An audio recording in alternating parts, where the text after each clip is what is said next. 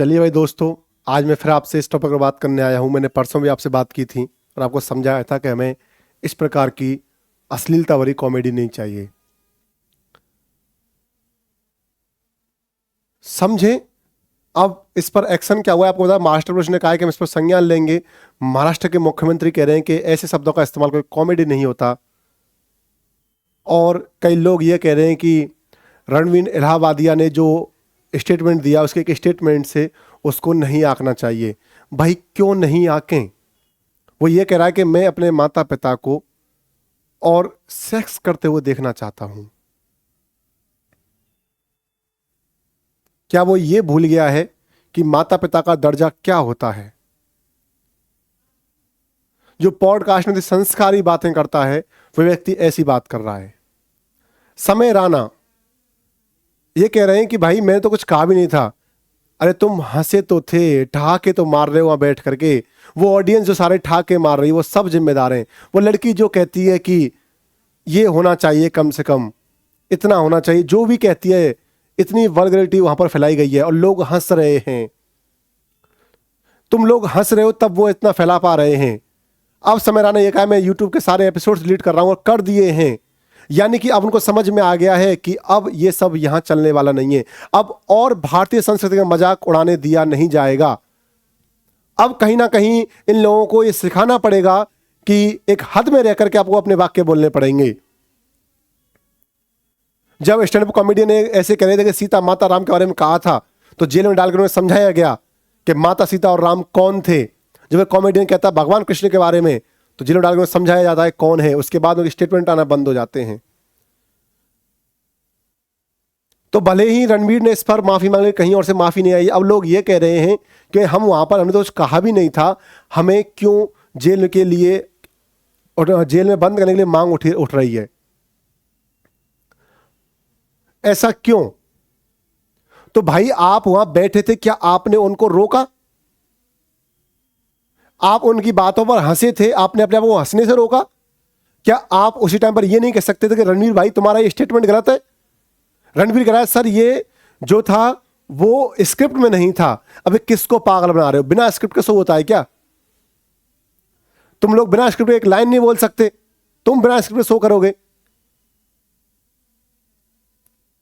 जो इतनी गंदगी तुम लोगों ने फैलाई है यूट्यूब पर, और अब ये लोग जान चुके हैं और जानना भी चाहिए कि अब ऐसी कॉमेडी नहीं चल पाएगी बिल्कुल भी। आपके माफी मांगने से कुछ नहीं होगा। भावनाएं आहत होती हैं, हमारी संस्कृति का मजाक उड़ाया जाता है।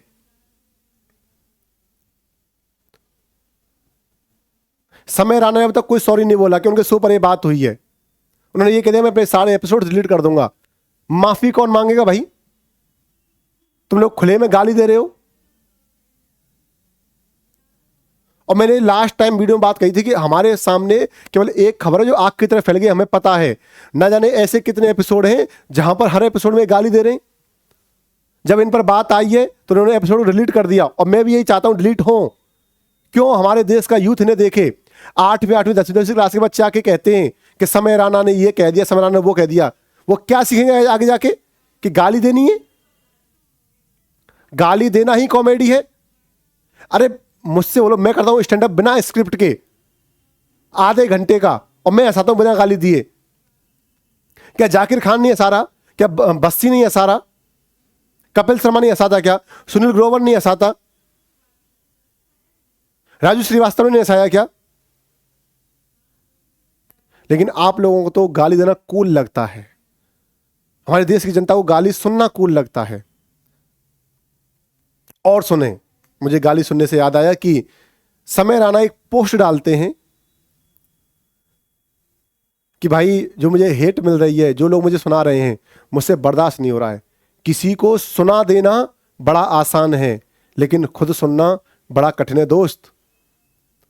खुद नहीं सुना जाता किसी से, किसी और को गाली सुना रहे हो और हंस रहे हो गाली दे करके। तुम्हारे एक एपिसोड में एक लड़की के कैंची से कपड़े काटे जाते हैं, और वहां पर इस बात को खुले मंच पर बताया जाता है कि मेरे पति को पता नहीं मैं यहां आई हूं, मेरा पति सब स्वीकार करेगा, कोई दिक्कत नहीं है। और इसके ऊपर रील्स डाली जाती हैं, भर भर के वो ऑडियंस जो वहां बैठ के हंस रही है, कहीं ना कहीं ये ऑडियंस भी जिम्मेदार है। आज आप इनके अगेंस्ट आवाज उठा रहे हो, शायद उस दिन आपने इस बात पर ना हंस करके और एक ट्वीट कर दिया होता तो आज बात यहां तक नहीं पहुंचती। इतनी अश्लीलता, इतनी वाहियातगिरी जो इस शो ने उठा रखी थी, वो कहीं ना कहीं बंद होनी चाहिए। और अब इस प्रकार से देखकर लग रहा है कि अब भारतीय संस्कृति का मजाक नहीं उड़ाने दिया जाएगा। अब इन सबको समझना होगा, यदि आपको कोई भी काम करना है तो एक हद में रहकर करना होगा।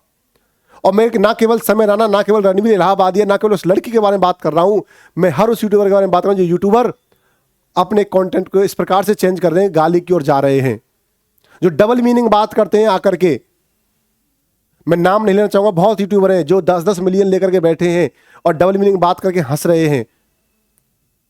आपसे क्या सीखेगा बच्चा? क्योंकि आपका यूट्यूब देख रहा है वो कोई 18-20 साल से ऊपर नहीं है। तुम्हारी ऑडियंस वही है जो 8वीं-10वीं क्लास में पढ़ रही है और आपको कूल समझ रही है। कोई यदि पढ़ा लिखा व्यक्ति है जो 20-21 साल से ऊपर है, वो तुम्हें देख ही नहीं रहा, और यही सच बात है। और यदि 20-21 साल का बच्चा तुम्हें देख रहा है तो वो आगे जाकर के क्या सीखेगा, ये तुम सोच लो।